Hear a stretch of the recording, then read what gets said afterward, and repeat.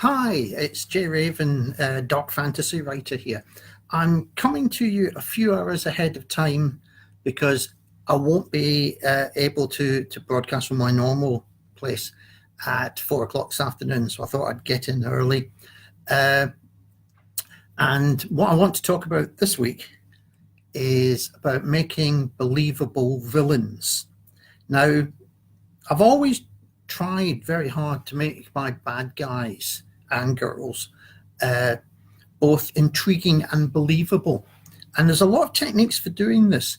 Uh, and you can often see writers who haven't quite got it right, and their villains come across as sort of pantomime characters that everyone can hiss at. They are like cartoons. But if you want your villains to stick in the reader's memory, they have to be more textured. They have to be more lifelike than that. And I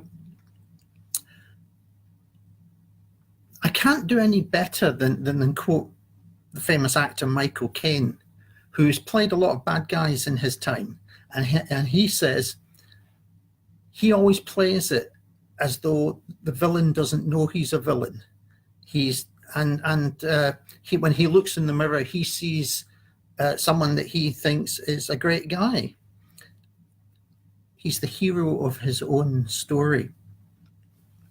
And when I write bad guys, what I like to do is to give my villain one redeeming, positive, or empathetic quality, something that we can relate to, and stops the person just being this two-dimensional. In my vampire novel Crimson Siege, Christina Majeski, the head of the vampire clan, is vengeful when her son is kidnapped, but is determined to take out her revenge on the people who are guilty, not the innocent. So I'll just give you a quick example of that from the book, if you bear with me for a second.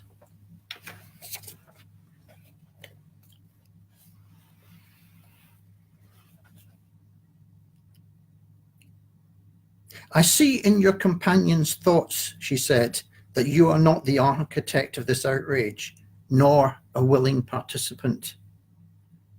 She gave Milosh a look of pure loathing. It appears that my quarrel is with this pitiful animal and his cohorts. So I will make you, Lord Marshal Yoska, the most generous bargain you will ever receive in your benighted existence. Hand over my son without fuss, resistance, or conflict. Release him immediately, and I will leave you, your family, and staff unharmed. Now, another aspect of Christina Majeski is that she's very much into family, and she will risk everything to save her son in the way that any mother would. This is just a normal reflex that we can understand, that we all have within ourselves. And the way I've tried to portray her is that she is every bit as brave as the hero, Anton Yoska. And because they're sort of evenly matched and both have their own moral codes, it makes for a very interesting dynamic between them.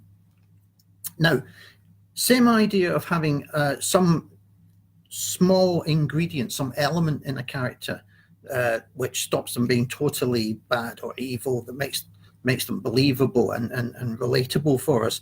In To Snare a Witch, Sir Henry Crottenden, who is seen as the villain, has a dry sense of humor. He's quite a wicked sense of humor, which in my eyes at least makes him relatable. In the story, two out-of-work actors are posing as witch finders and condemning women to death, and he catches up with them. And I'll just see if I can find the book to read a little quote from it. And what happens is that for a while he's teasing them. He is trying to goad them, letting them know that he's aware that they are frauds and they're in fact out of work actors, but without coming straight out and saying it. There's a bit of cat and mouse goes on, and I'll just read you a bit there. He says, I can picture how magnificent you would both be as executioners, as well as judge and jury.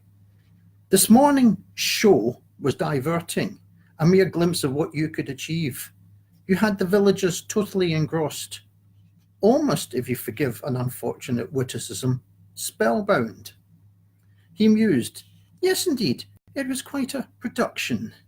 One might have imagined oneself at the theatre. So gripping, so thrilling, and appealing to so many of the emotions.